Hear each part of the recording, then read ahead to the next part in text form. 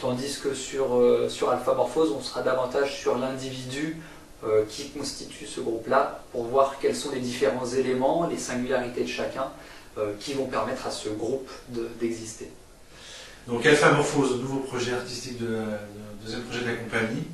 Donc là, c'est le même travail, c'est la même approche, ou c'est une approche différente? Non, c'est assez différent en fin de compte, dans la mesure où on s'inscrit dans une continuité de compagnie au sein de laquelle la notion de matière est importante. Donc dans 6 pieds sur terre, on traitait des coquilles d'œufs et de ces briques en bois, qui étaient des éléments de scénographie essentiels. Et dans Alpha Morphose, on part sur la matière air. Donc on sait très bien que c'est mal définissable, que c'est impalpable, que c'est a priori assez compliqué, mais c'est précisément ce qui nous donnait envie d'essayer de creuser, de fouiller là-dedans, pour voir quelles pouvaient être les manières d'appréhender et de permettre au public de percevoir cette matière, qui a priori est quand même de fait un peu compliquée à appréhender, en essayant de mobiliser le plus de sens possible, le toucher, l'odeur, on a matérialisé la fumée d'un point de vue visuel, donc à partir d'un travail autour des cerfs-volants qui seront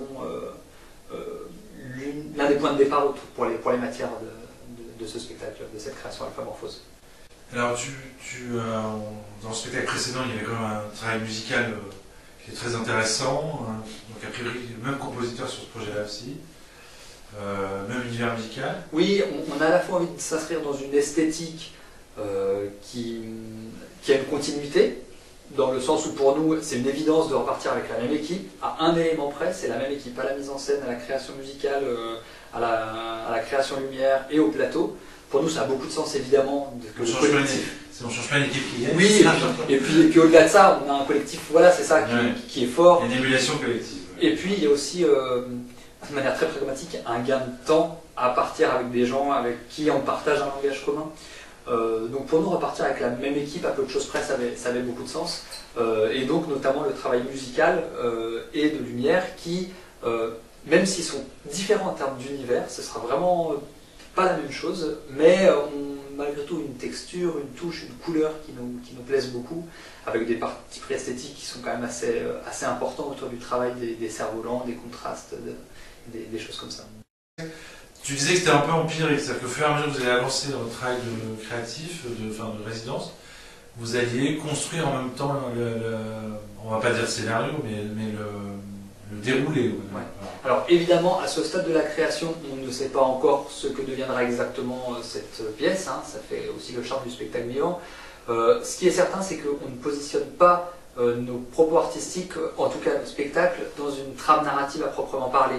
On insiste plus sur la force évocatrice du cirque et ce que ça peut suggérer et entretenir l'imaginaire de chacun. Sur ce spectacle-là, il faut savoir qu'on est quand même parti d'un thème qui était potentiellement plus sombre, plus intrigant, qui avait trait aux phobies, aux peurs enfantines, aux petites névroses, aux obsessions de chacun, dans l'idée qu'on allait sentir des failles, toucher un peu aux fragilités de chacun, et que c'était précisément de là qu'allaient naître des émotions, des individus sur scène et des choses comme ça. Donc l'idée c'était vraiment de gratter un petit peu là où ça fait mal pour révéler en quelque sorte ce que chacun avait de singulier au sein de ce groupe. Alors on pourrait imaginer que l'air c'est juste le rapport à... C'est notre rapport à l'espace? C'est du vent. C'est du vent. Alors ça fait partie des éléments sur lesquels on va s'appuyer, ce rapport à l'espace, dans la mesure où les cerfs-volants qu'on utilise en fait seront dans l'air sans soufflerie, sans motorisation, sans rien du tout. Ce qui veut dire que les corps sont investis dans l'espace et il y a un besoin d'occuper l'espace, de prendre des grands volumes comme ça, de telle sorte que des fenêtres de recherche s'ouvrent aussi. Ça ouvre des choses d'un point de vue chorégraphique, d'un point de vue acrobatique, d'un point de vue de chorégraphie de l'espace, entre guillemets, avec les collectifs.